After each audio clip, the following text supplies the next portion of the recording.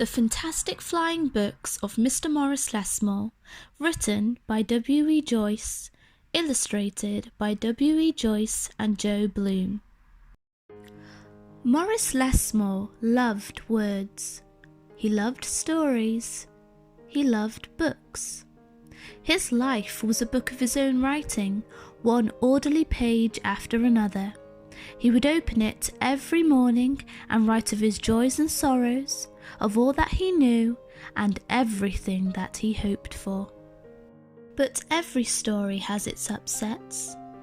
One day the sky darkened, the winds blew and blew, till everything Maurice knew was scattered, even the words of his book. He didn't know what to do or which way to go, so he began to wander and wonder. Then a happy bit of happenstance came his way. Rather than looking down, as had become his habit, Maurice Lessmore looked up. Drifting through the sky above him, Maurice saw a lovely lady. She was being pulled along by a festive squadron of flying books. Maurice wondered if his book could fly, but it couldn't. It would only fall to the ground with a depressing thud.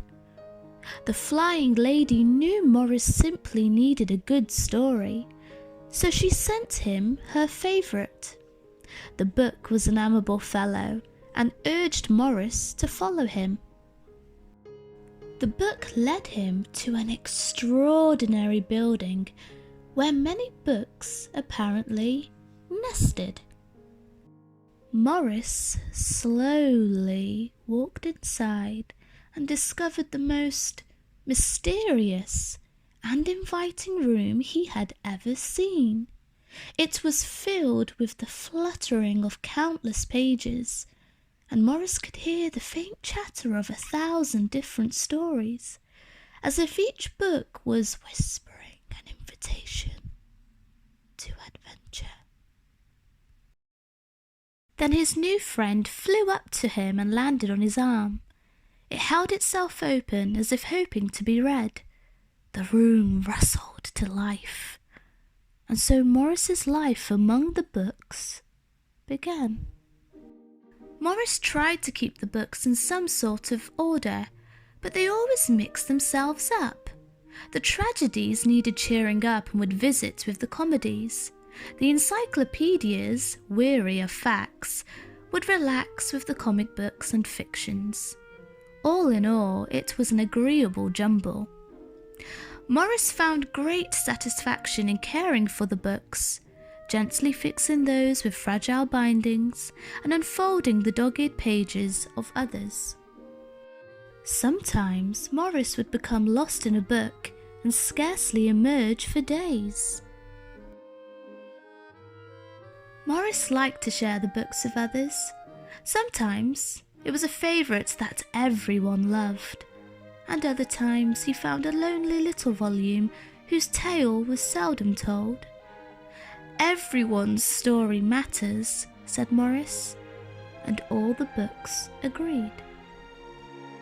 At night, after all the stories that needed telling had been told, and everyone had settled down to their proper places on the shelves, the great big dictionary would get in the last word. It was then that Maurice Lessmore would once again write in his own book. He wrote of his joys and sorrows, of all that he knew, and everything that he hoped for. The days passed. So did the months, and then years and years. And Maurice Lessmore changed. He became stooped and crinkly, but the books never changed. Their stories stayed the same. His old friends took care of him now the way he had once cared for them, and they read themselves to him each night. Then one day he filled the last page in his book. He looked up and said with a bittersweet sigh, "I guess it's time for me to move on." The books were sorry, but they understood. Morris put on his hat and took his cane. As he went to the door, he turned and smiled, then waved goodbye. "I'll carry you all in here," he said, and pointed to his heart. The books waved their pages, and Morris Lessmore flew away. And as he flew, he changed back to the way he'd been that long ago day when they'd all first met. The books were quiet for a while. Then they noticed that Morris Lessmore had left something behind. "It's his book," said the oldest friend.